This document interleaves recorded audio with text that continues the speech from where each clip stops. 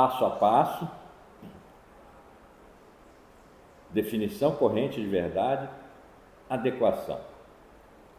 Vamos tentar entender a adequação, que é uma formulação histórica antiga, vem desde Aristóteles, na interpretação de Heidegger, caracterizando uma traição à compreensão pré-socrática de verdade, que não era adequação. Depois ele se retratou disso, já disse isso aqui, mas não ficou muito claro a que essa retratação levaria.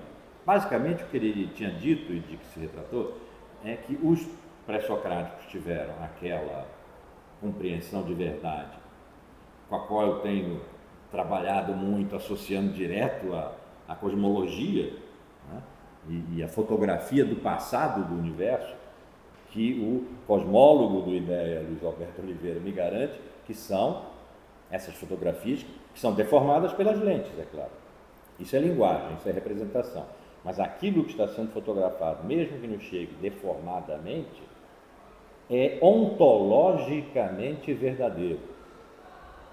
Ontologicamente verdadeiro significa a verdade daquilo que nós estamos vendo está contido naquilo que nós estamos vendo. Embora o visto, no sentido de como é elaborado na fotografia, em que se atribuem cores a diversas extensões de onda, mas é verdade que as extensões de onda têm cores. Né? Opa, obrigado. Então há aí deformações, etc., mas sobre algo que efetivamente existiu quando não estava sendo observado por ninguém. Essa é a grande sacada, a grande coisa, e não é uma sacada, porque é um fato. Né? Quando o universo entrou em cena, salvo se a primeira frase de todo o resto que eu vou dizer agora for quando Deus criou o universo, mas se não for essa compreensão teológica, perfeitamente sustentável, claro, né? Mas não no plano da ciência. Sem essa, o universo existiu sem ser observado por ninguém, inclusive Deus. E se foi criado por Deus e existiu sem ser observado, a não ser por Deus, também dá o mesmo resultado. E o resultado não é a nossa observação humana que cria o objeto. Claro, a coisa está lá, mas não pode ser conhecida. É o moderno, é isso, né? Não pode ser conhecida tal qual ela é, nem pode ser conhecida de todo, porque ela engana. O moderno fez isso. A cosmologia nos diz, não diz porque não filosofa, mas o que está dito e feito ali, né, é que aquilo que nós fotografamos hoje e que se deu há muitos bilhões de anos atrás, explosões de quasares, duas galáxias se fundindo, 3 galáxias dançarinas, como eles dizem, porque gravitando uma em torno da outra vão fazendo um desenho de dança. Aconteceu, efetivamente aconteceu, e a ciência o dá a ver. Eu correlaciono diretamente o pensamento pré-socrático, em que a verdade era o próprio movimento do real, mostrando-se e escondendo-se, não era, portanto, nada da ordem do discurso, porque o discurso decorre do homem posto fora do real, em que o real objeta a ele e ele precisa recuperá-lo. A palavra objeto vem daí, né? E ele precisa recuperá-lo, recupera numa representação, e aí pronto, a questão da representação é toda uma imensa questão que afeta a integridade da verdade, a sua fidedignidade, né? Mas a verdade está nessa ordem aí. Então, a visão pré-socrática de verdade, sobre a qual Heidegger trabalhou com pertinácia a vida inteira, né? E que eu creio que nos é muito útil hoje. E tenho trabalhado com isso, associando então lá a cosmologia, porque é um testemunho atual, é um testemunho ontológico atual, totalmente presente a nós, fazendo um crochê depois com Aristóteles, que formulou a questão da verdade. Né? E na visão de Heidegger, essa compreensão pré-socrática da verdade, para a qual ele usou, dando-lhe um sentido especial, a palavra grega corrente, sem esse sentido especial, aletheia. E o sentido especial é que, como ele frequentemente fazia, quando era necessário, ele decompôs a palavra. Lete, o esquecimento, a ocultação, o desaparecimento, a morte, letal. Né? Lete, o que oculta, o oculto, o negativo, portanto, o que não oculta, o oculto, o que manifesta, mostra, que corresponde a que parece que está sendo dito em alguns fragmentos, sobretudo de Heráclito. Physis, a força que faz aparecer, que põe tudo na presença, portanto, o manifesto, o de aletheia, com a mesma força tende à ocultação. Com a mesma força, portanto, ocultar e mostrar correspondem-se. O Deus de quem é o oráculo em Delfos nem afirma nem nega, mas dá sinais. Nem afirma nem nega significa aquilo que depois o discurso fará, verdadeiro e falso, positivo e negativo, mas dá sinais. E dar sinal, pense num farol, ele acende e apaga, acende e apaga. Mas a natureza do farol é acender e apagar. Se estiver só apagado, não é um farol. Né? Se estiver só aceso, também não é um farol, porque é um ponto qualquer que não tem vida, porque é esse movimento aqui que diz aos navegadores que ali há uma baliza. Bom, de noite e dia, e maré alta e maré baixa, já falei demais disso aqui, né? Então, essa compreensão de verdade como o próprio movimento do real que tanto se mostra quanto se esconde. E de novo se mostra e de novo se esconde. O que não corresponde à nossa visão moderna de descoberta. Descoberta científica. O que é? Algo estava oculto, a ciência foi lá, descobriu e nunca mais essa coisa se ocultará. Ela agora é um fato objetivo que nunca mais retornará ao escondimento. Não é a visão pré-socrática. Permanentemente a realidade toda da sua multiplicidade explosiva, physis, e na sua recolha protetora, logos, simultaneamente, logos e physis, estão sempre em expansão e retenção, em mostrar e esconder, em dar sinais. O mundo, cosmos, o mesmo em toda parte, nenhum homem, nenhum Deus o fez, mas era, é e será um fogo sempre vivo, que se acende a intervalos e se apaga a intervalos. É o mesmo, nem afirma nem nega, mas dá sinais. Heráclito, a olhar desta forma. Vamos pensar, Heráclito estava ali fazendo a experiência do que é verdade, quando o homem não está fora do real, olhando para ele com uma distância prudente, para não se misturar com ele, e dizendo aquilo que vê. Na língua portuguesa nós temos essa gracinha, nós podemos dizer o discurso em que a verdade se instala, o que será depois, não é de modo nenhum a visão pré-socrática. Esse depois, portanto, dos filósofos, de Platão, e a crítica de Heidegger, na qual ele fez meia-culpa parcial, é a Platão, é a de que a condição de dizer é ver à distância. Há uma distância prudente que permita ver, que não seja tanta distância que indiferencie, que nos ponha na indiferença, do tipo tudo é ilusão, né? Como talvez Gorgias, o sofista, tenha dito, o mais provável é que nada exista, mas existindo não podemos conhecer, não podemos compreender, não podemos comunicar. E a frase que lhe é atribuída, nem ser nem não ser são.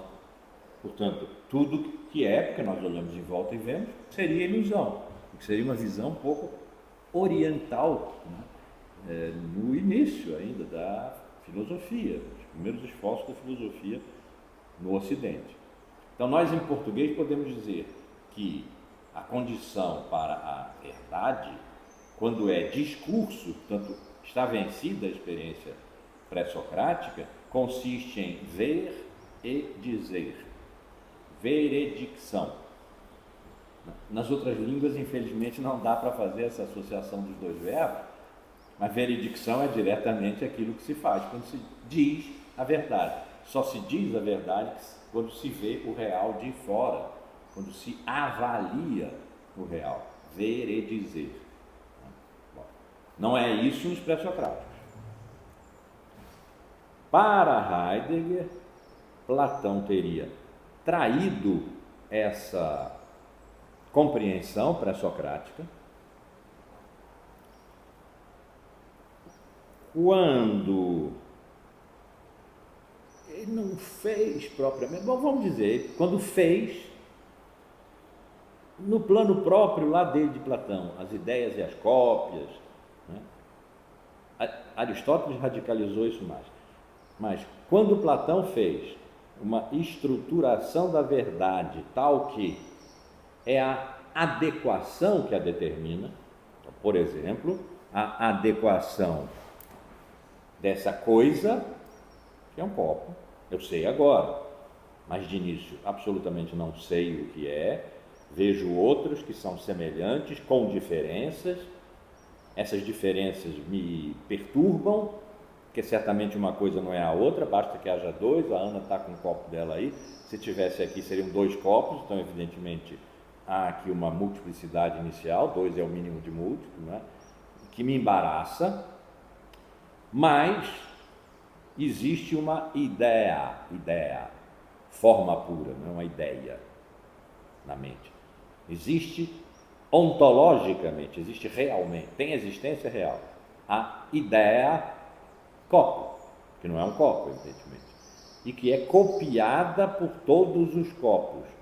A participação, é como Platão diz, ele não diz representação, porque o copo não está aqui representando a ideia, o que dá a verdade do copo, a verdade a que é possível chegar em relação a uma cópia, é a sua participação, portanto é para cima, a sua participação na ideia copo. Existe aí uma noção de correspondência. A participação é um modo de adequação. Depois Aristóteles põe isso na horizontal, né? E então eu tenho diante de mim um copo, esqueçam a ideia, copo, eu tenho diante de mim um copo e eu quero saber se esse copo contém em si mesmo o seu sentido, se ao conter em si o seu sentido, eu sou capaz de trazê-lo para mim, num ato de apresentar o copo a mim e apresentar o copo num enunciado, isto é um copo, por exemplo, né? Ou se não, o copo é alguma coisa que eu sei que é, porque sensivelmente o percebo, e eu, Aristóteles, Platão bem menos, mas eu, Aristóteles, tenho confiança nos sentidos. Eu sei, eu, Aristóteles, que as coisas precedem o que se diz delas. Mas pode ser que o que se diz delas, nós não sejamos capazes de retirar delas. Então nós propomos a elas, ou impomos a elas, uma definição, um conceito, né, que, se for bem trabalhado, se for correto, e esse é o trabalho da lógica, se ele for correto, se ele estiver num discurso em que a conclusão de um silogismo seja a premissa maior do silogismo seguinte, cuja conclusão é a premissa maior do silogismo seguinte, e todos eles estão corretamente construídos segundo as regras do silogismo, afirmativo, negativo, declarativo, declaratório, do universal para o particular, do particular para o universal, o que for, né? Tem regras. Se cada momento desses de atividade do logos, da razão, estiver bem construído, numa série da qual eu posso dizer, essa série está inteiramente correta, a presunção de que essa correção conduz à verdade, sem crase, conduz, carrega em si a verdade, né, é enorme. E se eu não sou capaz de retirar do copo a sua, como se disse depois, essência, Aristóteles usava a palavra inerência mais, né? Se eu não sou capaz de retirar do copo, pela razão, aquilo que lhe é inerente, eu sou capaz, pela razão, de formular uma definição, que é o que termina o problema, fine o problema, né? Finir, acaba com o problema, uma definição cuja probabilidade de acerto, porque sua correção é de 100%, é muito grande. E aí eu vou trabalhar entre essa definição e o copo e verificar níveis de adequação.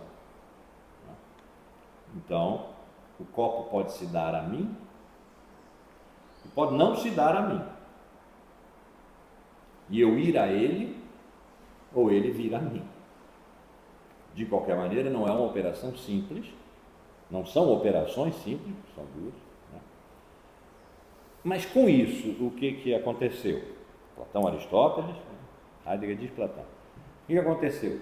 É que a visão pré-socrática da verdade como o próprio movimento da totalidade do real, do qual nós humanos fazemos parte, portanto, movemos-nos junto com a totalidade do real, pertencendo-nos, diferentemente de todos os outros entes, né, que junto conosco compõem a totalidade do real, pertencendo-nos à capacidade de questionar o que experimentamos, que é diferente de falar sobre o que vemos, de questionar o que experimentamos, nós participamos do processo da verdade, uma vez que é a nós que a totalidade do que é se vela e se desvela. E nós participamos até apressando os processos quando puxamos alguma coisa para a luz ou a empurramos para a sombra. Mas nós estamos juntos, só se pode fazer experiência da verdade, do pensamento pré-socrático, nunca uma teoria da verdade. Quando se diz que verdade é adequação, Platão para Heidegger, está se traindo a mais originária compreensão de verdade, e quando nós nos lembramos da importância, vimos no semestre passado, isso aqui quando eu apresentei o esqueleto de Heidegger para vocês, né? Quando nós nos lembramos da importância que o originário tem para Heidegger, o originário sendo mais do que o mais antigo passado. Eu tenho usado aqui a metáfora do rio, não sei se ela dá conta de tudo, mas um rio que passa permanentemente tem vários passados, mais remotos e mais recentes, dependendo de por onde ele passou e como se transformou, por exemplo, quando um determinado afluente entra nele de tal maneira que o rio muda a sua configuração. Ele começou de novo ali. Mas a fonte originária do rio não muda, não passa, é permanentemente fonte. Ela ria permanentemente, ela permanentemente dá rio. uma das grandes questões do século XIX e século XX foi encontrar a fonte do rio Nilo. O rio Nilo era um rio importantíssimo, o rio que determinava a vida dos egípcios. Eles mediam ali como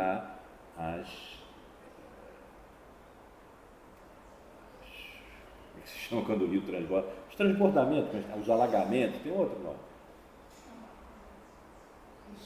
As enchentes, exatamente. Eles tinham marcações para enchente, para a subida do rio Nilo até a enchente, e dependendo da marca em que o rio transbordava, eles podiam prever um ano de abundância ou um ano de fome. Então, o transbordamento do rio Nilo, o Egito é uma dádiva do rio Nilo, é uma frase que se dizia muito, né? Era importantíssimo para eles. Então, saber onde o rio Nilo começava era como fazer uma experiência da divindade daquilo que dava vida àquele país. Não era um país assim, no sentido moderno do termo, mas aquele povo, né? E foi encontrado no século XX. E os arqueólogos procuravam, geógrafos, procuravam quase como quem procura o Santo Graal. A origem absoluta, antes não havia Nilo, a partir dali Niloá. Essa origem absoluta é aquilo que é preciso recuperar para Heidegger, uma vez que a filosofia acabou. A filosofia, esse modo de refletir sobre a realidade a que a verdade pertence e que pertence à verdade e que, diferentemente de todas as outras todos os outros discursos pretendentes a dizer a verdade, como a ciência, por exemplo, a religião, o direito, a moral, a poesia, a arte, né? Todos são pretendentes. Só a filosofia, nesse período longo, pensou. A ciência conhece, a arte produz, descrevendo, representando, todas aquelas coisas. Se a filosofia acaba, o pensamento acaba. E acabar o pensamento é uma coisa dramática. Ele diz não, porque houve quem, lá muito remotamente, no século VI a.C., tenha pensado de um modo que não foi o modo que a filosofia depois desenvolveu, e a filosofia condenou esse modo anterior ao silêncio. Essa condenação foi no século IV por Aristóteles. Eu já disse isso aqui tantas vezes, mas é que realmente me encanta isso. Do século IV, Aristóteles disse: esses todos anteriores não são filósofos. Isso bastou para que eles nunca mais fossem usados para pensar. Até o século XIX, quando o paradigma do Ocidente veio a ser a história, e aí, se é a história, nós temos que ver. Esse pessoal existiu num tempo anterior ao da filosofia como nós a conhecemos, Platão e Aristóteles, temos que recuperá-los.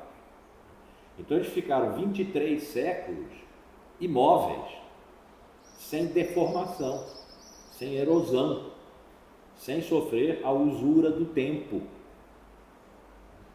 Quando apareceram no século XIX, apareceram com fragmentos, já disse isso aqui também muitas vezes, indiretos, sacados das obras de outros, porque os livros deles não existiam mais.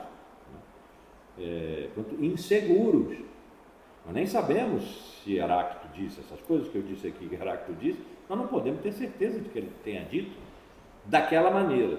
A rigor, nem podemos ter certeza de que ele as tenha pensado. A probabilidade é muito alta por causa da diferença que há entre esse pensar e o pensar da filosofia que veio depois e que condenou este, de modo que é provável.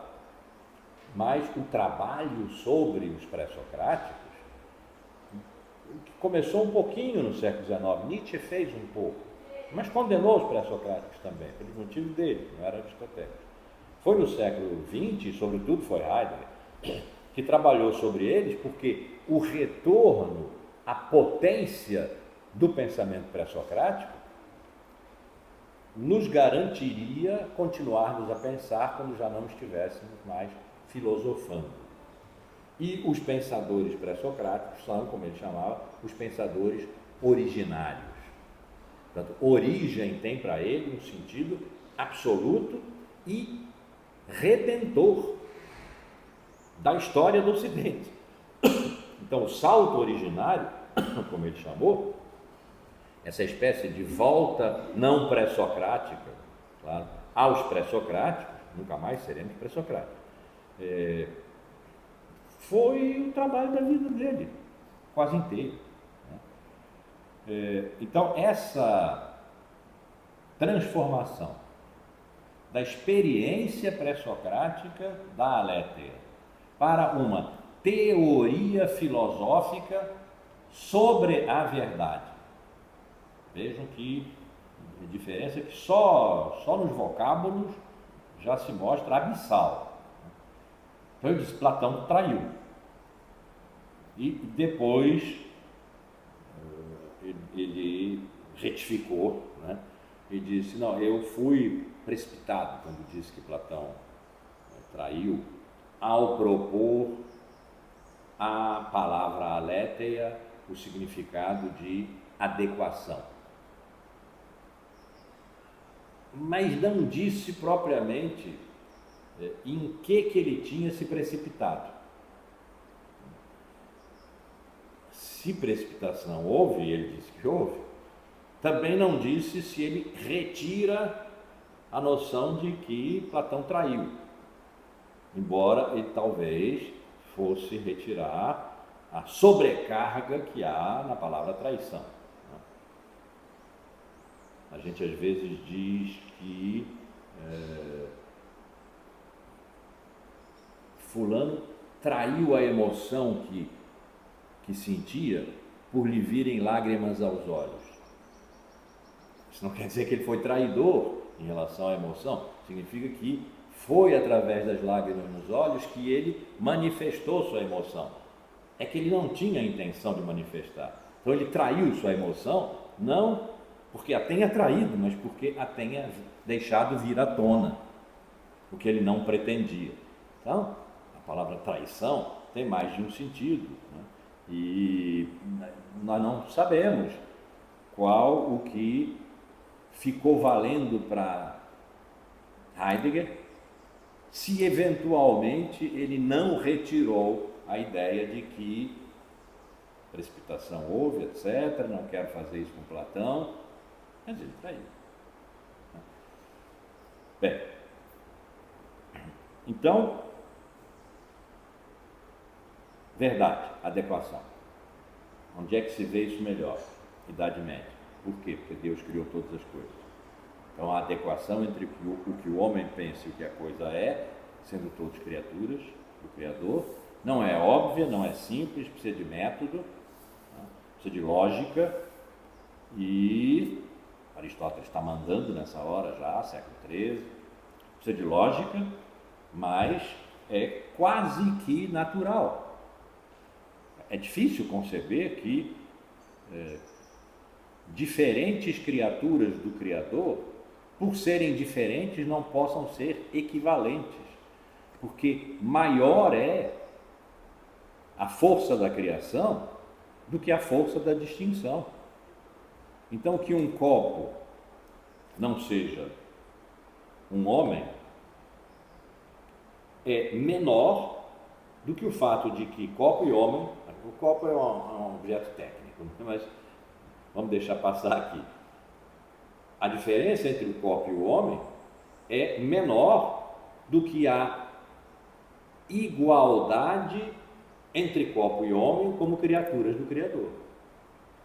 De modo que a possibilidade de adequarem-se o homem pelo seu pensamento, pelo intelecto, que é a máxima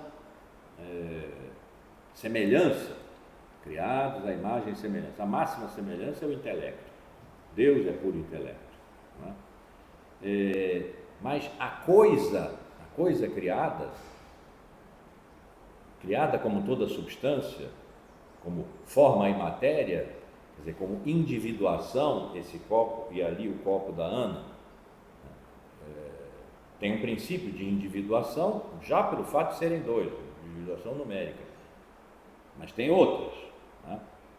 Então, esse copo, que é uma substância, como eu também sou uma substância, uma composição de corpo e alma, né? Esse copo é uma substância.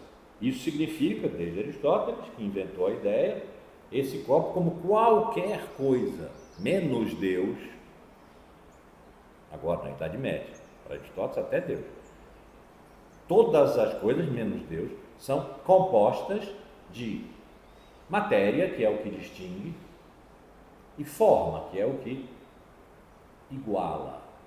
É por isso que eu posso dizer isto é um copo, e nisto estarem incluídos todos os copos existentes no universo.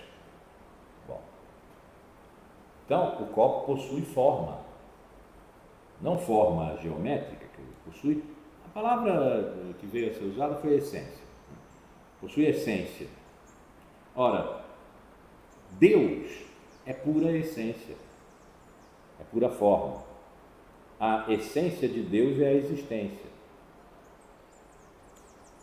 Então, a criação do copo é também uma criação segundo uma semelhança a Deus, porque Deus deu ao copo forma, ou seja, essência, sem o que ele não existiria. Não como Deus existe, porque a essência de Deus é sua existência, mas como qualquer coisa criada existe. A essência mais um complemento de existência que a faz entrar no ser. Então, nós temos, eu e o copo, nós temos uma série de identidades radicais que não anulam, mas tornam menores as diferenças que há entre nós. E sendo assim, a ideia de que é possível falar do copo, o copo estando presente nessa fala, havendo, portanto, adequação da coisa ao intelecto, é uma ideia, eu não vou dizer que é banal, mas é uma ideia bastante natural na Idade Média. Já não tanto, e aí é o segundo movimento de Heidegger, lá em Aristóteles, que foi quando a ideia foi concebida.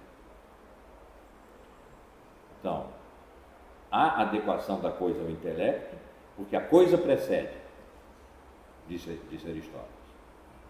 E o trabalho do intelecto é trazer a precedência ontológica da coisa para a discursividade lógica da razão, de tal modo que equivalham-se. A pergunta, então, ficou sendo o que é que fundamenta uma equivalência, a possibilidade de uma concordância, de uma conformidade, de uma adequação. E isso foi o que nós vimos já no final do semestre passado e no começo até agora desse semestre. Né? O fundamento, você pergunta sempre de Heidegger, dado isto, qual é seu fundamento?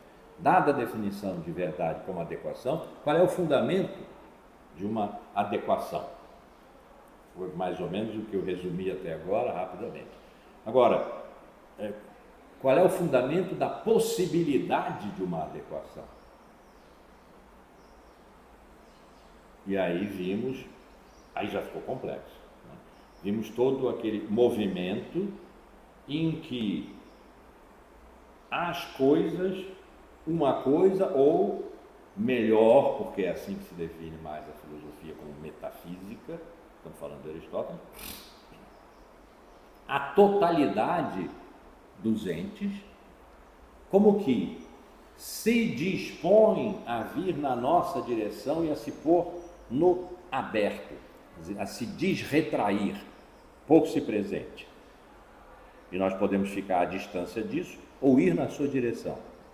Irmos na sua direção é um comportamento. E esse comportamento é determinado por aquilo que nos é mais essencial a nós humanos, que é a liberdade. Nós podemos não ir. Vamos. Então, esse comportamento que vai na direção do aberto, né, onde as retrações desse ente, aquele ente, que nos enganam, afinal de contas, porque isto não é isto. Sim, é verdade que isto não é isto, mas e daí? Porque isto e isto são ambos istos. Tem alguma coisa que os faz concordarem entre si, que são isto e isto são. Sempre o que é um isto. Então, a totalidade dos istos é diferente das diferenças entre isto, aquilo e aquilo ali, e aquilo outro. Né? A totalidade é quando se compreende pelo próprio movimento da totalidade dos entes, que a totalidade dos entes é o que pertence a todos os entes na sua totalidade, ser, que é como Aristóteles define a metafísica, a ciência do ser enquanto tal, e na sua totalidade. Então, quando a totalidade do que é, em lugar de ficar se diferenciando horizontalmente, porque um é pasta e outro é copo, o que nos carrega junto.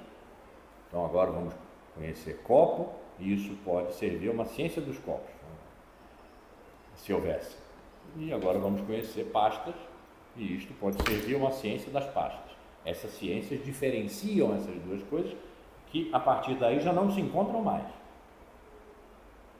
Os discursos sobre uma e outra são diferentes. São modos específicos de ser cada uma dessas coisas. E é como a filosofia se produziu. Só Aristóteles tem uma lógica, uma física, uma metafísica, uma astronomia, uma ciência dos asteroides, dos planetas, etc. Uma ciência natural, assim, quando ele se interessou pelos animais, se interessou por tudo. Uma matemática, uma política, uma ética, uma poética, uma retórica, a Constituição dos Atenienses, uma reflexão sobre a legislação. Uma vez diferenciados esses diversos entes, são diferentes do ponto de vista do que é próprio a cada um. São diferentes. Uma vez levada ao extremo essa diferenciação, fazendo com que cada tipo de ente fosse apreendido por um diferente tipo de ciência. De modo que a astronomia não pode dar conta das ações humanas da ética. E a poética não pode dar conta das ações humanas, tudo aí é ação humana, eu estou na filosofia prática, né? Tudo é ação humana, na cidade, ou seja, da política. E a lógica não dá conta da física, embora a física não seja ilógica, a física não dá conta da lógica, né? Agora se separaram esses blocos de entes e são as suas diferenças que estão predominando nas diversas ciências que têm um determinado grupo idêntico de entes como objeto. São, portanto, ontologias regionais, como se chamou depois, ou ciências específicas. Sucede que todas as coisas são.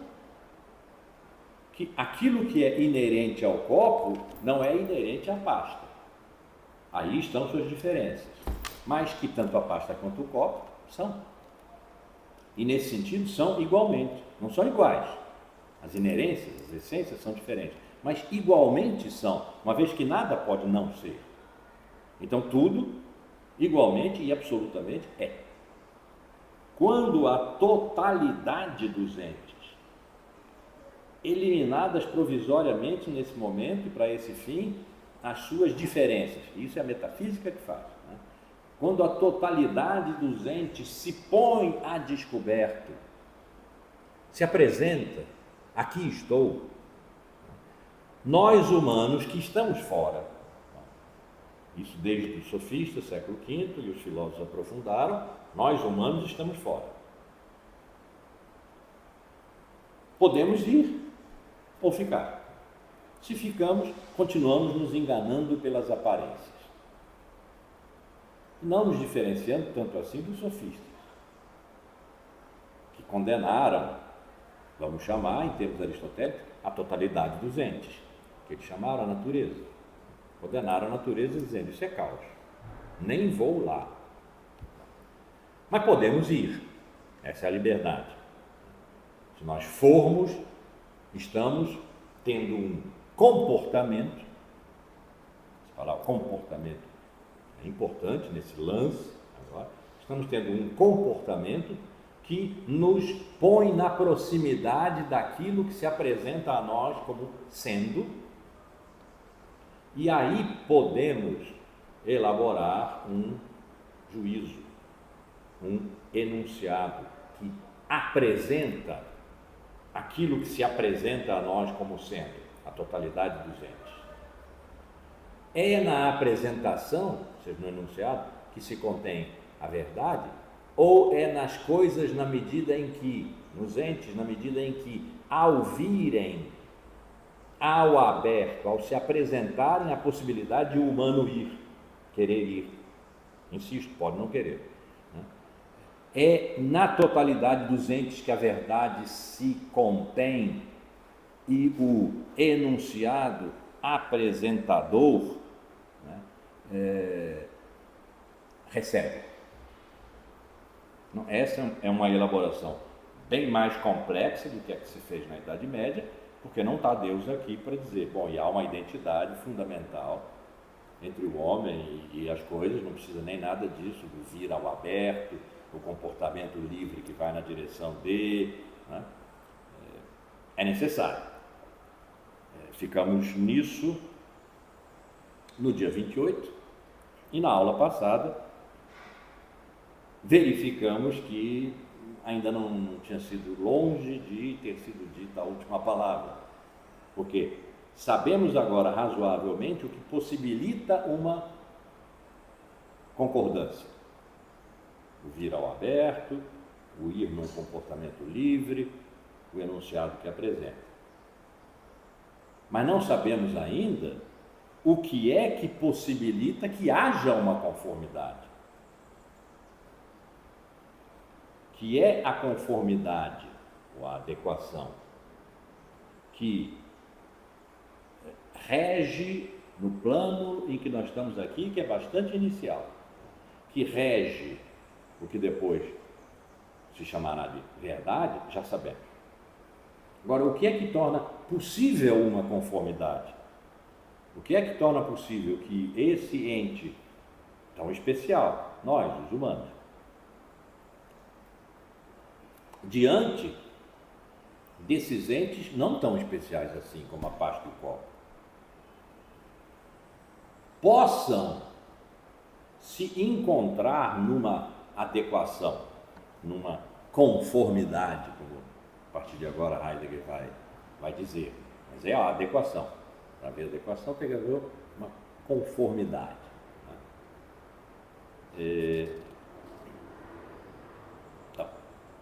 De onde a enunciação apresentativa, o enunciado, né, retira a instrução de se orientar para o objeto, para a totalidade dos entes que se põe no aberto, e de se acordar, no sentido de estabelecer um acordo, uma concordância, um acorde, soar junto, né, segundo a lei da conformidade.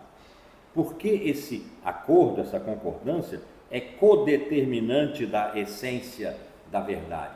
Codeterminante, porque tem dois parceiros aqui. Como se pode efetuar o dom prévio de uma medida? Peraí que tinha uma nota aqui no meio, bom. E como se produz a injunção, a obrigação, a determinação de se acordar, de se pôr numa concordância.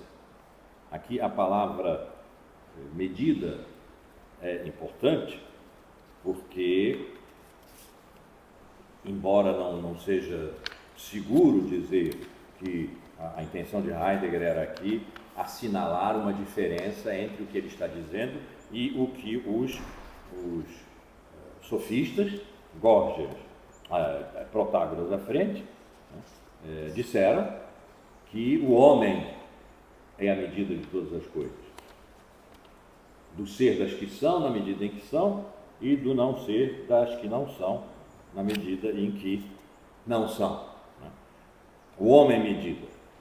Então, há uma medição quando o homem, dotado da possibilidade de dizer, de enunciar, se aproxima voluntariamente das coisas que se mostram. Há uma medida aí. Ele não se torna a coisa. Na Idade Média, no Renascimento,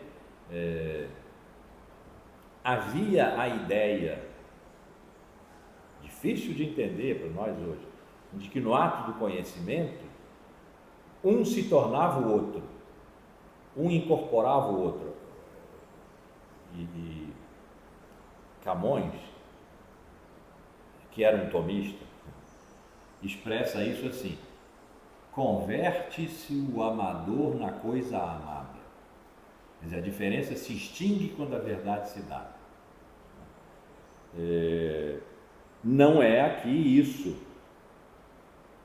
O homem não é a medida, no sentido de que ele é que diz o que as coisas são e o que as coisas não são, o que é extraordinário, mas corresponde lá a Gorgias quando diz nem ser nem não ser são. Não é ele que mede com a régua da razão, que aqui aparece como o juízo apresentativo, a enunciação apresentativa. Não é na enunciação apresentativa que a verdade se encontra. A enunciação apresentativa não é a medida, mas opera-se uma medida de diferença entre a apresentação das coisas no aberto e a apresentação da verdade das coisas no enunciado.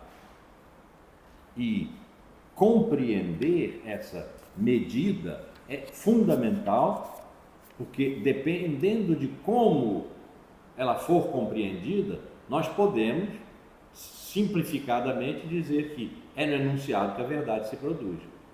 Não é falso, mas não é verdadeiro. Isso é o que a ciência moderna fez. É o que a filosofia moderna fez. Por isso pode servir, inclusive, de epistemologia para as ciências modernas. O racionalismo continental, muito matemático, de Descartes, por exemplo, seus seguidores, como é uma epistemologia, uma maneira de explicar como é que a ciência, as ciências exatas, como foram chamadas, matemática, geometria, etc., procedem para dizer a verdade. E a filosofia empirista dos ingleses, ambas acabam na razão. É aí que vai se dar a verdade, não nas coisas. Mas podem ter servido de epistemologia para ciências chamadas naturais, que precisam de experiência, que precisam ir lá fora. Então, tanto a filosofia quanto a ciência modernas se determinaram pela ideia pós-medieval. Foi necessário sair da Idade Média, acabar com Aristóteles.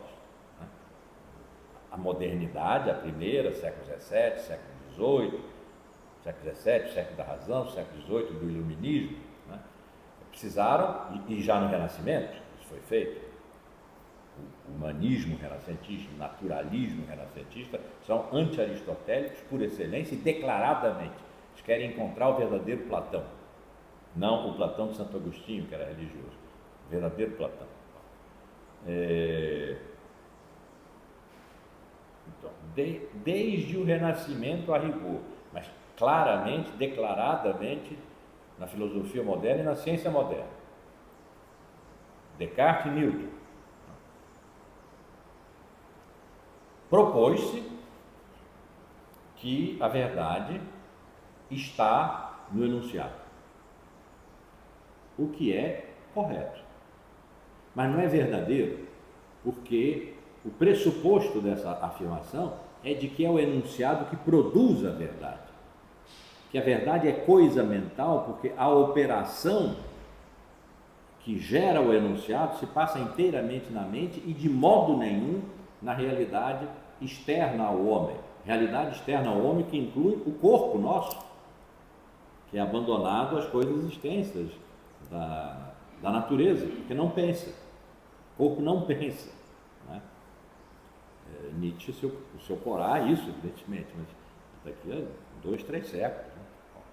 Né? Então, prestar muita atenção ao que significa medir.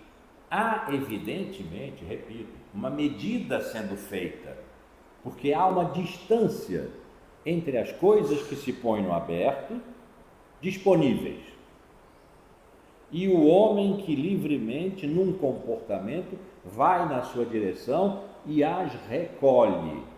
Nessa recolha que fundamenta a concordância, está sendo operada uma medição das coisas, que são múltiplas, é a totalidade dos entes. Mas essa medida não é um atributo do homem que dispensa, na realidade, como lá em Protágoras, provavelmente seria. O homem é a medida de todas as coisas, do ser das que são, enquanto são, e do não ser das que não são, enquanto não são. Na medida em que não são. A medida é o homem. Aqui,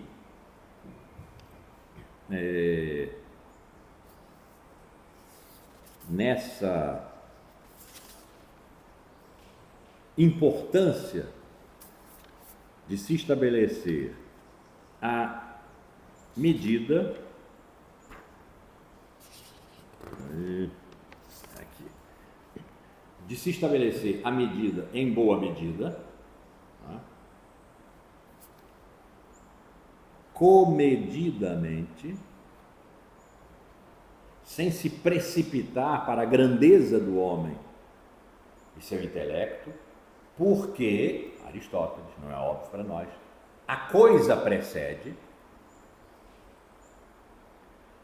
Então, estamos agora na tentativa de compreender o que é a medida, e isso é para entender que só se realiza a concordância se esse dom prévio já nos tiver tornado livres para o aberto, para o que se manifesta nele e que vai ligar, vai estabelecer conexão e concordância a toda a apresentação, juízo, enunciado. Liberar-se para a pressão, o constrangimento no sentido de ser apertado e levado a. Né? Então, liberar-se para ser levado sem possibilidade de outra coisa, para ser levado, para ser pressionado por uma medida, só é possível se se é livre em relação ao que se manifesta no seio do aberto. O homem pode medir a totalidade dos entes que se dá no seio do aberto, se for livre em relação à totalidade dos entes. Se for, e isso Kant, muito tempo depois, vai usar, né? o livre e o dependente, o puro e o dependente. Né? Uma vez Hegel disse que toda a história da filosofia não é mais do que uma nota de pé de página a um diálogo de Platão. Acrescentemos Sócrates. O que Kant vai fazer no final do século XVIII é a distinção entre o livre da razão pura e o dependente dos sentidos, etc. Do puro vem a verdade, do dependente não. Aristóteles não está dizendo isso aqui, mas está dizendo que se o homem que livremente se dispõe num comportamento a ir na direção do aberto, em cujo seio se dá a totalidade dos entes, se o homem não for livre para isso, ele não é capaz de medir, ou seja, ele não é capaz de, ao mesmo tempo, ir e tomar a distância necessária para não se confundir com a totalidade do que é e ser incapaz de dizer. Portanto, bloquear a possibilidade de um enunciado. Sem a possibilidade de um enunciado, não há verdade. Porque a verdade é a congruência, é a conformidade entre a totalidade dos entes que se dá no aberto e a apresentação dessa totalidade num dizer, num enunciado. O homem não pode, portanto, estar no mesmo lugar daquilo sobre que ele diz. Mas também não é no seu dizer que aquilo sobre que ele diz encontra a sua verdade. Aquilo sobre que o homem diz, porque foi, mas não se confundiu, tem em si sua verdade, porque a coisa precede, mas não é capaz de dizê-la, porque a totalidade dos entes não fala. E a linguagem é aqui requerida fundamentalmente. Porque agora nós estamos no reino da verdade dependente do discurso.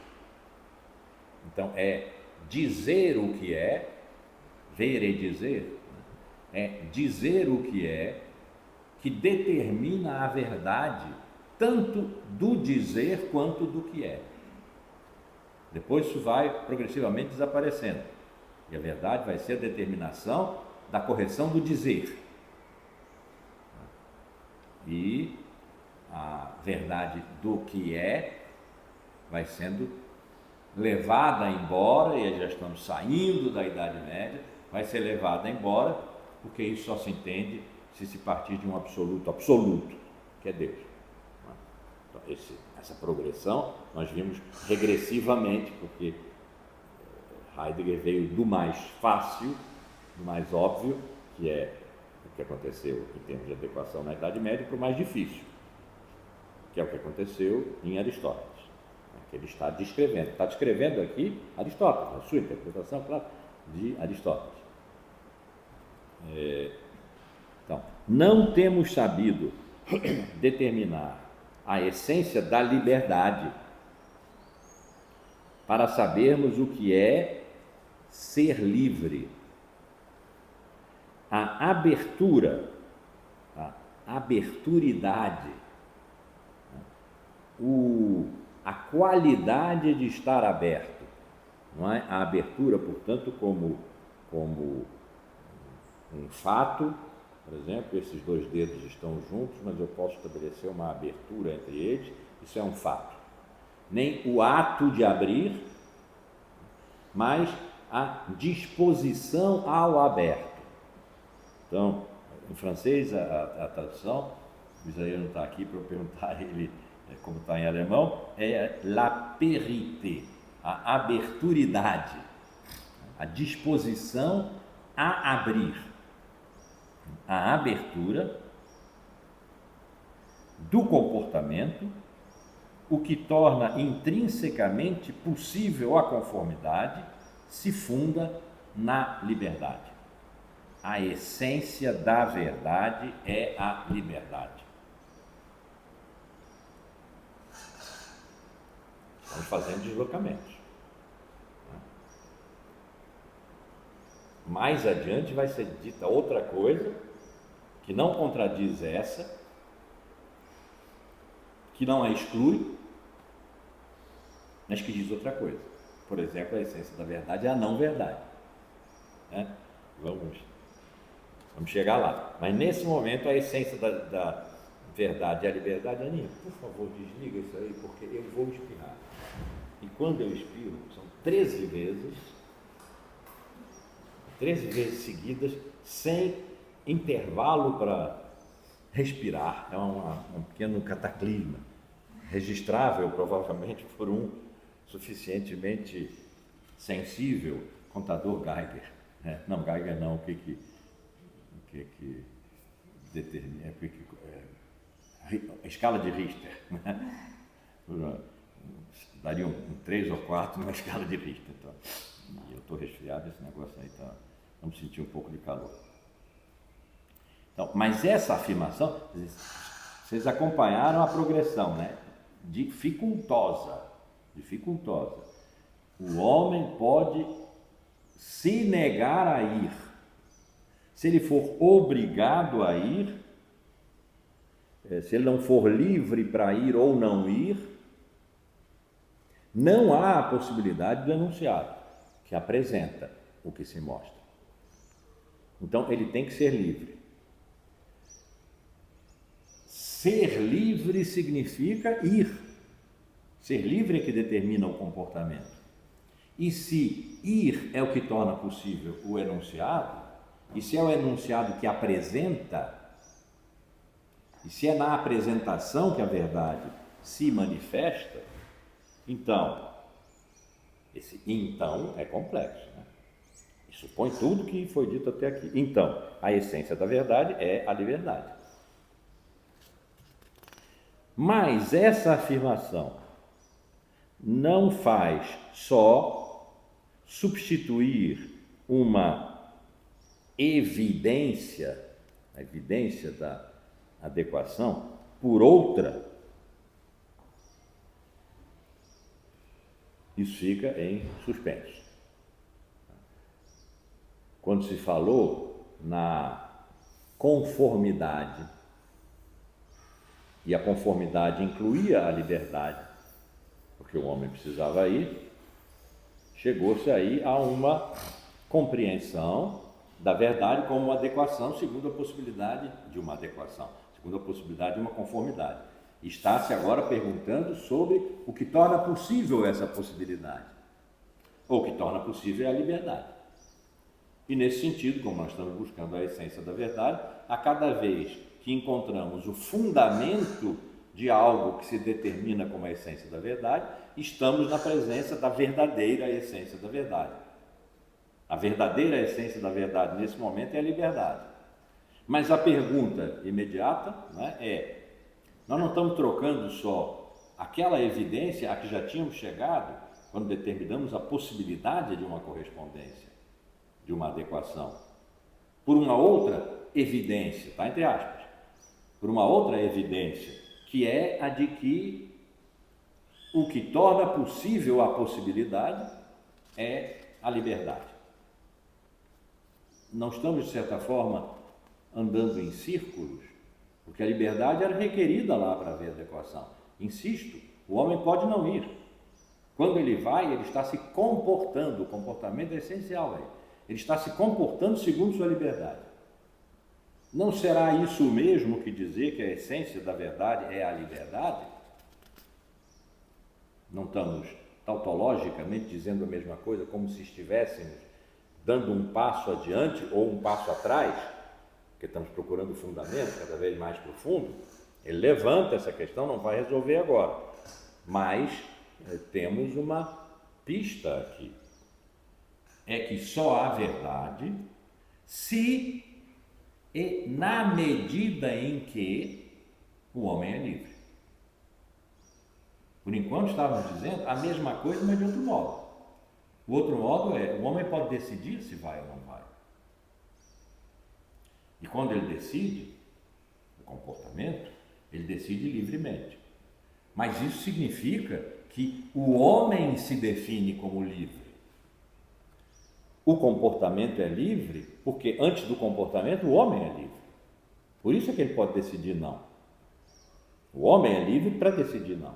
De modo que no comportamento está implicada a liberdade do homem, porque previamente, o dom prévio, como ele diz aqui, só se realiza a concordância se esse dom prévio já nos tiver tornado livres para o aberto, para o que se manifesta nele e o que vai ligar toda a apresentação, liberar-se para a pressão, né, de uma medida, de um ir ao encontro, né, só é possível se é livre em relação ao que se manifesta no seio do aberto. Então, o ser livre agora é primeiro. Ele está antes da adequação e antes da possibilidade da adequação. Porem-se todas as coisas, a totalidade dos entes no aberto, e o homem usando a liberdade no comportamento ir nessa direção. Tínhamos isso. Agora estamos num momento mais radical do que isto, que é consequência e que é correto, mas não contém toda a verdade da essência da verdade, naquilo que determina o poder ir e poder não ir. E o que determina é a liberdade.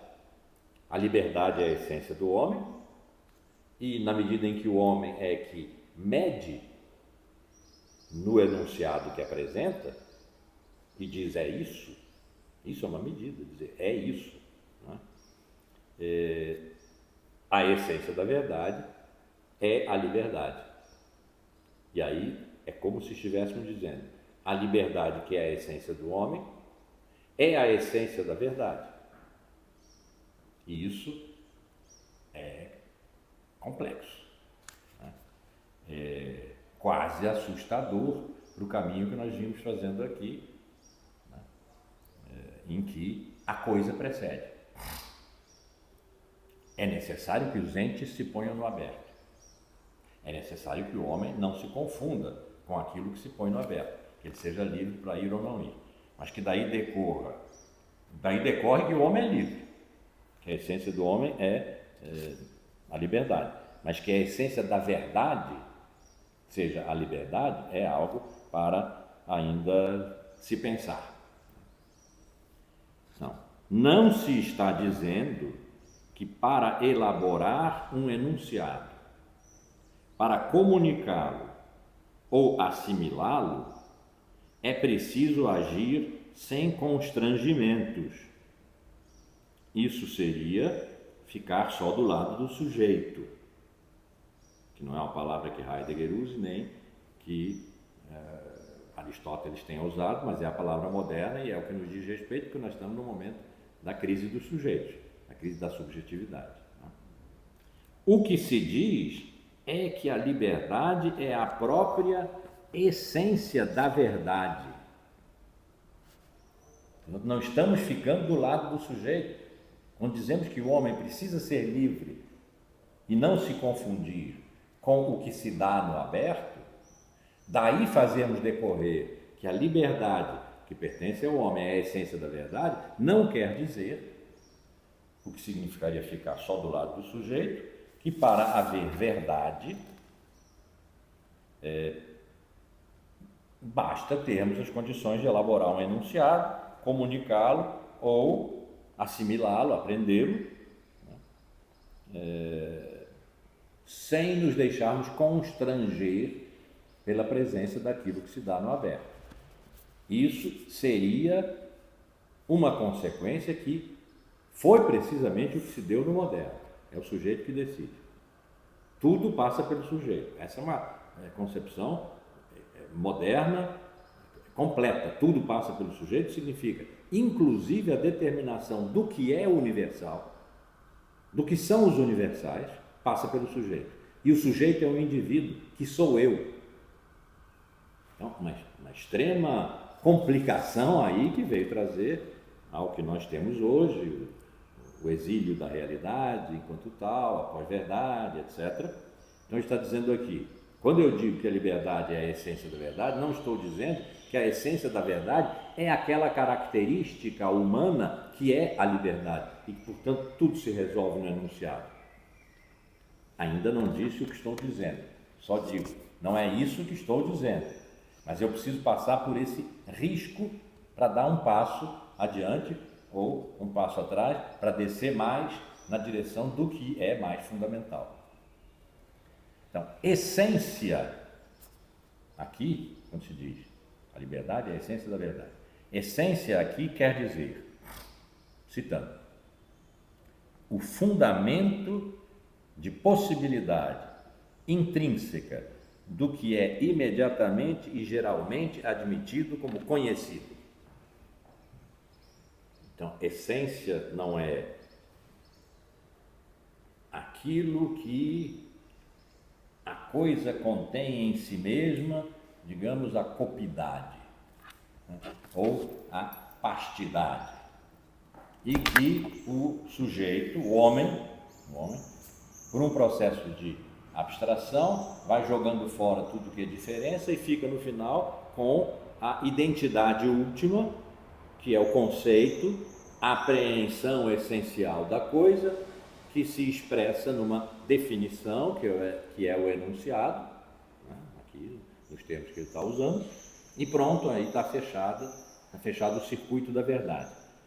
Na vulgata da apresentação da noção de abstração de Aristóteles, do indivíduo para a espécie, da espécie para o gênero, né? E o conceito é um gênero, é genérico, no sentido de que é universal, né? É isso que aparece. Mas isso é uma vulgarização do que Aristóteles muito mais complexamente disse, e que, aparentemente, aqui para nós estamos seguindo isso, Heidegger está nos dizendo que é o que Aristóteles disse. Outros intérpretes de Aristóteles dirão outras coisas, mas ele está procurando aqui a essência da verdade, né? Ele está usando Aristóteles como um instrumento para a compreensão da essência da verdade. Ele não está fazendo uma exegese de Aristóteles por Aristóteles. Ele não é um aristotélico determinando o verdadeiro Aristóteles. Ele está usando Aristóteles. Bom. E aí ele tem que dizer o que para ele, Heidegger, é essência. Porque a definição de essência como apreensão, a definição de conceito como apreensão essencial da coisa, que é a vulgata de Aristóteles, significa a coisa possui sua essência e quando o intelecto é capaz de se apropriar dessa essência, ele tem um conceito e nesse conceito se contém a verdade. Porque a verdade é a apreensão da essência. Heidegger está requalificando a essência. Ele já tinha feito isso no ensaio dele sobre a técnica. Porque ele começou dizendo, estamos aqui procurando a essência da técnica. E a essência da técnica é diferente da técnica. E aí definiu nos termos de que precisou lá o que era a essência, opondo-se à compreensão da essência de Platão, etc. O que ele está dizendo agora é, essência é o fundamento de possibilidade. Não é algo intrínseco a uma coisa que a faz ser o que ela é, que é a definição tradicional de essência. Essência é aquilo que determina que uma coisa seja o que ela é, e não outra coisa qualquer. Que é uma definição corretíssima, totalmente intuitiva, né? Mas Heidegger diria, sim, é correta, mas é de se perguntar se nessa correção está contida toda a verdade da noção de essência, da compreensão do que possa vir a ser, quando o pensamento se desenvolver mais complexamente, essência. E ele está dizendo aqui agora, como que implicitamente, não, essência não é aquilo que é inerente à coisa. Essência é o fundamento de possibilidade intrínseca do que é imediatamente e geralmente admitido como conhecido. O que é imediatamente e geralmente admitido como conhecido? É o enunciado. No enunciado se diz, tal coisa é isto. Quer dizer, a essência de tal coisa é esta. Então, no enunciado, dá-se como imediata e geralmente admitido que se sabe o que algo é, ou seja, se conhece sua essência, ou seja, que a essência é um ato de apreensão do pelo conhecimento. O conhecimento, o ato do conhecimento, apreende a essência e nós imediatamente e geralmente admitimos que sabemos o que é a essência de algo porque conhecemos. O ato de conhecer,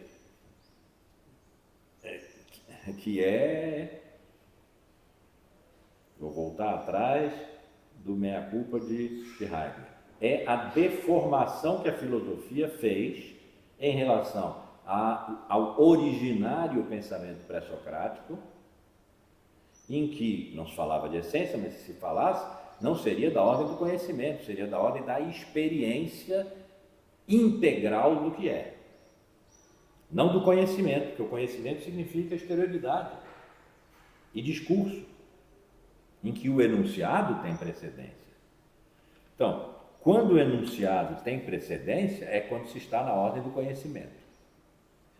Quando se concebe imediatamente e geralmente, portanto, de maneira certa, segura, tem segurança disso, de que o que nós conhecemos como o conhecimento nos dá, ou seja, como um enunciado nos dá, é a essência daquilo que nós conhecemos. Nós, na verdade, não estamos conhecendo a essência daquilo que conhecemos, porque a essência daquilo que nós conhecemos é o fundamento de possibilidade intrínseca. Então, as coisas possuem um fundamento de possibilidade intrínseca. Nós supomos conhecer a essência da coisa imediatamente e geralmente, e, portanto, supomos conhecer o fundamento da possibilidade intrínseca, mas nunca nos perguntamos sobre esse fundamento.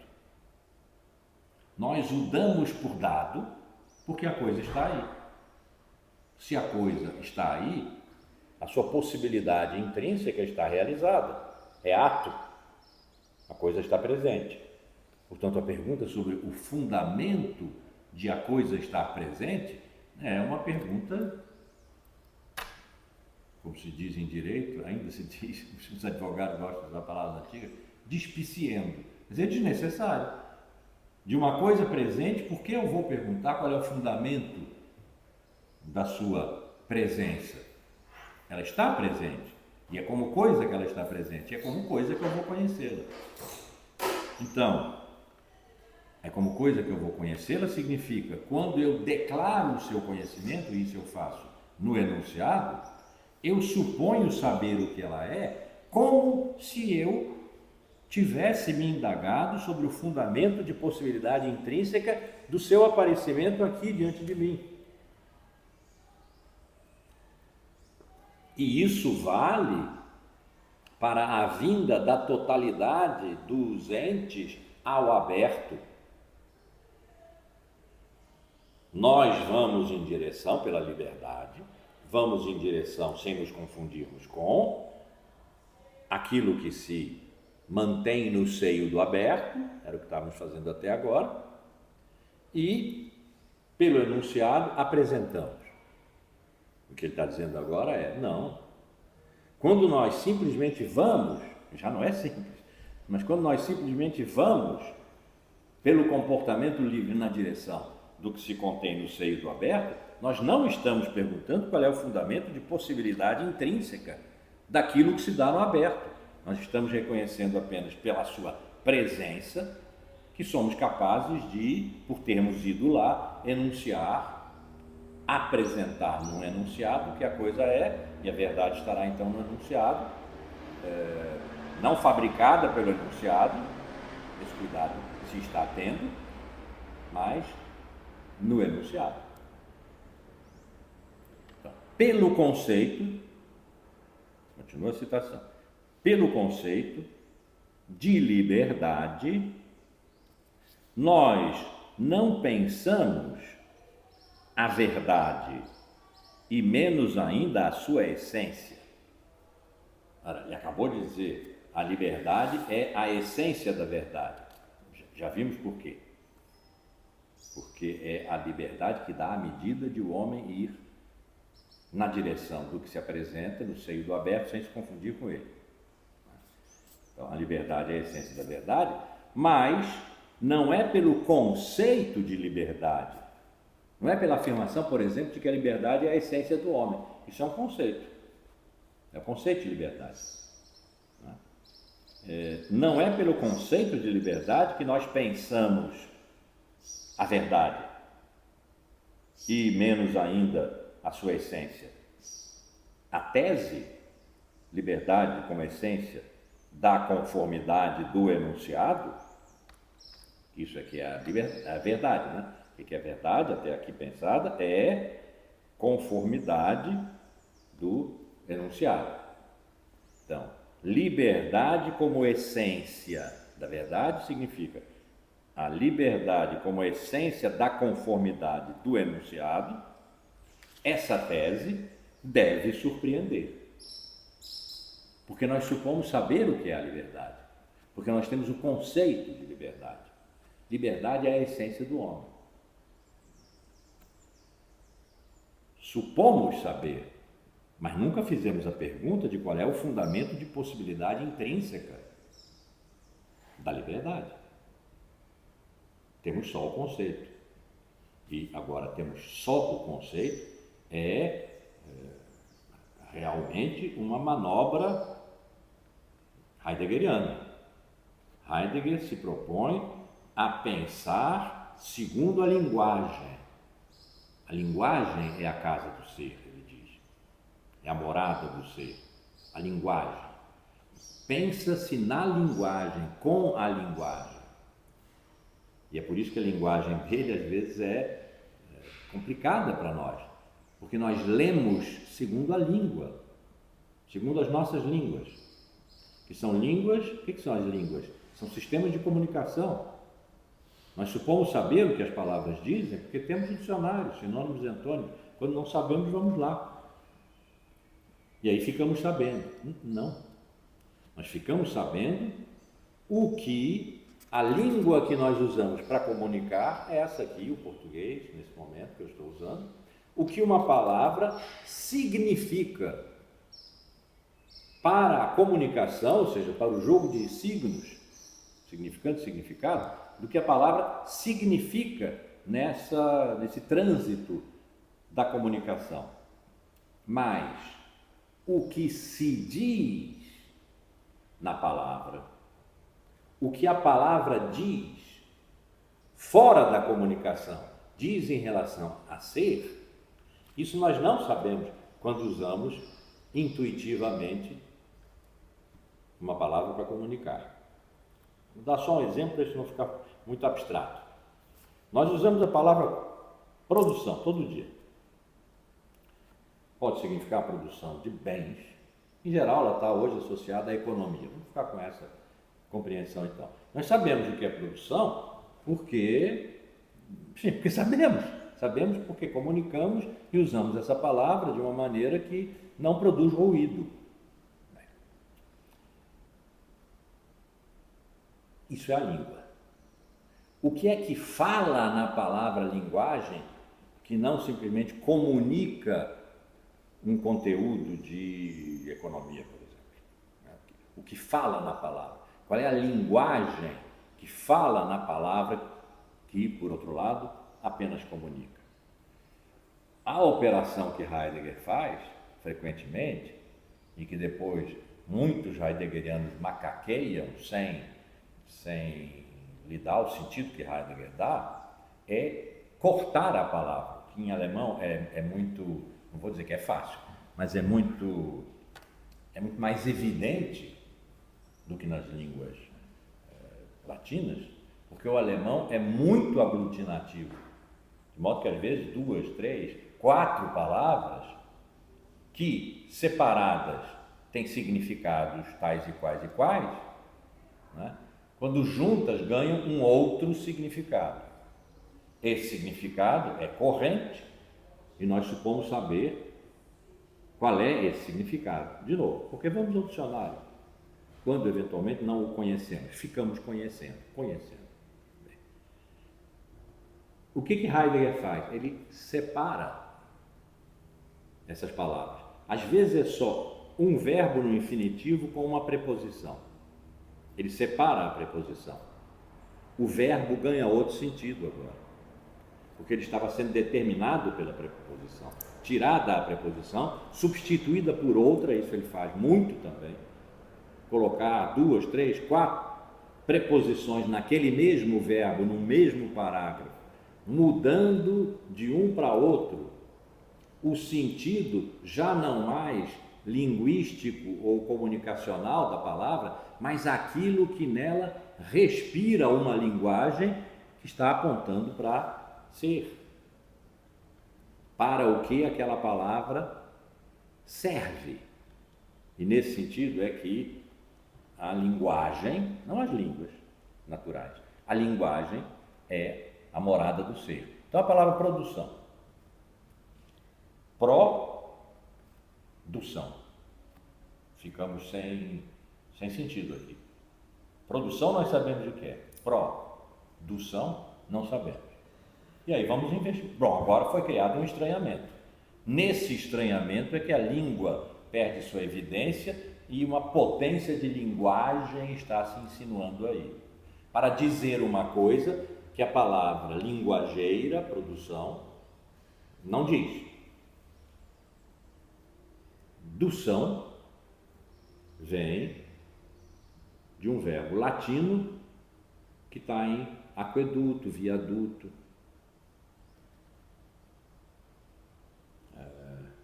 No tempo lá do que se chamou o mensalão, né? Eles usavam o termo propinoduto, e a gente era obrigado a ver na Globo sempre aquelas tubulações saindo um montão de dinheiro de dentro. Quer dizer, o que estava sendo conduzido ali? A corrupção. O duto, um duto também se diz, um duto onde passam fios elétricos, telefônicos, etc. Radica no verbo latino conduzir. Fero, fers, ductum, lato, fere. Conduzir. De onde vem? Aqueduto, viaduto, duque, que é quem conduz os exércitos do rei, é o nobre mais alto. Il duce, o condutor, il condottiere, il duce, é o condutor do povo italiano, Mussolini. E pro é como em procuração, daqui para lá. Numa procuração, eu digo que alguém que vai praticar um ato, o pratica em meu nome, que fiquei. Eu fico, ele vai. Ele vai porque eu o autorizei a ir, e essa autorização é uma procuração. Cura, aí é a palavra latina para cuidado. Cuidado, que também fala na palavra cura de uma doença. Então, cura é o cuidado, é lidar com as minhas coisas, tomar conta das minhas coisas. Então, uma procuração é o instrumento pelo qual eu autorizo alguém a cuidar de alguma coisa minha. Eu fico, ele vai, mas ele está lá como eu. Produção, então, é um fazer aparecer de lá para cá, daqui para lá. É um fazer aparecer, é um movimento, esse pro é um movimento de conduzir, movimento de conduzir. E conduzir significa o quê? Mudar de lugar. Aí, perguntando-se qual é o fundamento do mudar de lugar, ele encontra que o fundamento de mudar de lugar é um fazer aparecer o que aqui não estava. Tirar da ocultação o que estava oculto e agora se torna manifesto. O fundamento disso é a criação. Criar é pôr na presença o que estava ausente. E o fundamento de criar, o fundamento da poiese, o ato de criar, que é realizado pelo poeta. O poeta é todo criador, inclusive o fabricante de sapatos. O fundamento da poiese é o desvelamento do velado, ou seja, é a verdade, a letra. Então, da palavra produção, que nos faz imediatamente pensar em fábricas e em geração de bens, circulação de bens, etc., na economia, perguntando sempre pelo seu fundamento, vai se chegar à verdade. Então, a produção é, na superfície, um modo de lidar com o mais oculto, que, no entanto, vigora em todos os degraus para cima até chegar na palavra de comunicação, produção, mas o que está falando ali, como linguagem, que está oculta na língua, na palavra produção, é a verdade, é o ato da verdade. Então, esse exemplo eu dou só porque ele bate um pouco, é quase uma reprodução da argumentação de Heidegger no texto dele, a questão da técnica, sobre a essência da técnica moderna. Então, isso foi só para dizer que é preciso gerar um estranhamento, uma surpresa com as palavras, um desentendimento do são, não é compreendido, não é compreensível. E um pró que não está ligado a nada também não é. Mas pensando uma palavra no seu sentido originário, as palavras não existiram sempre, né? Elas foram criadas para alguma coisa. Pensando do são no seu sentido originário de conduzir, condução, inclusive, né? Levar junto. E pró, no sentido do movimento, de lá para cá, de cá para lá, nós, ao pormos o hífen, isso é que o pessoal depois abusou, né? Muito. Porque nas línguas latinas isso não funciona assim, e tão bem quanto em alemão. Pondo o hífen, ele tornou a palavra estranha, e com isso retirou a palavra do circuito da comunicação e nos deu a palavra a ser pensada. Aqui nós estamos no território da linguagem. Ora, a verdade se pôs na dimensão do discurso, nós já vimos, e como isso se processou, desde lá dos pré-socráticos até aqui, estamos em Aristóteles, né?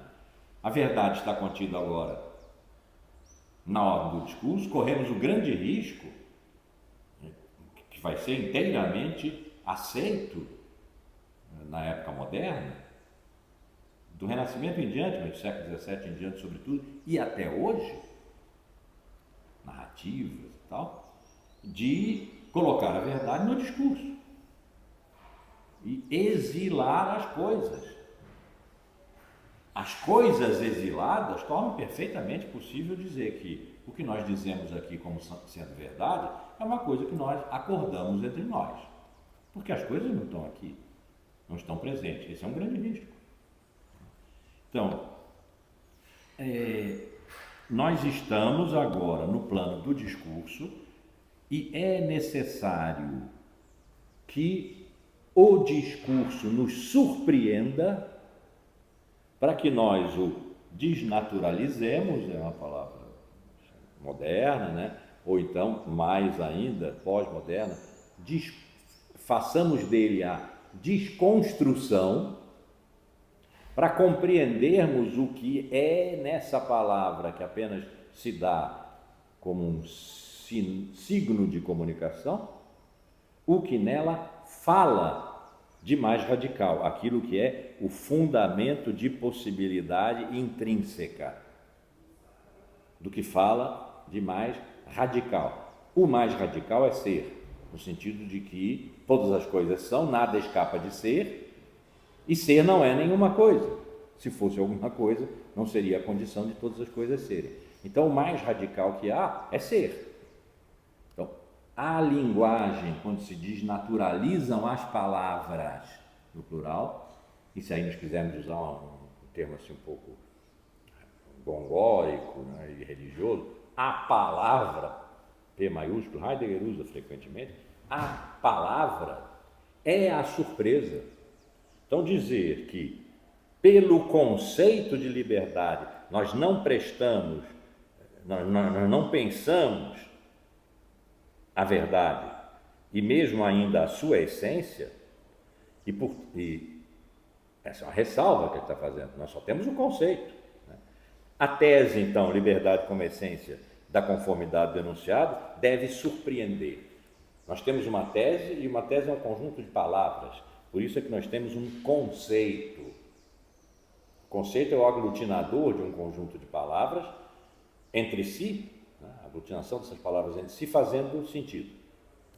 Nós temos o conceito, e não é pelo conceito que nós conhecemos a essência da verdade, de modo que a tese, a liberdade como essência da conformidade denunciada, deve surpreender.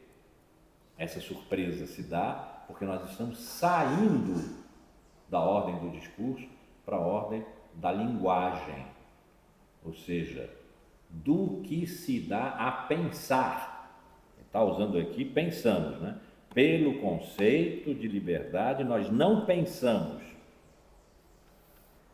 nós conhecemos, acabou de dizer. Essência é o fundamento de possibilidade intrínseca do que é imediatamente e geralmente admitido como conhecido. Nós conhecemos. E aí supomos saber o que é a essência. Não vou repetir, já disse aqui. Agora, isso é conceito. Conhecimento é conceito. Por esse conceito nós não sabemos o que é verdade, mas enunciamos a tese. A liberdade é a essência da verdade. Aqui se gera um espanto. E com esse espanto ficaremos a próxima semana.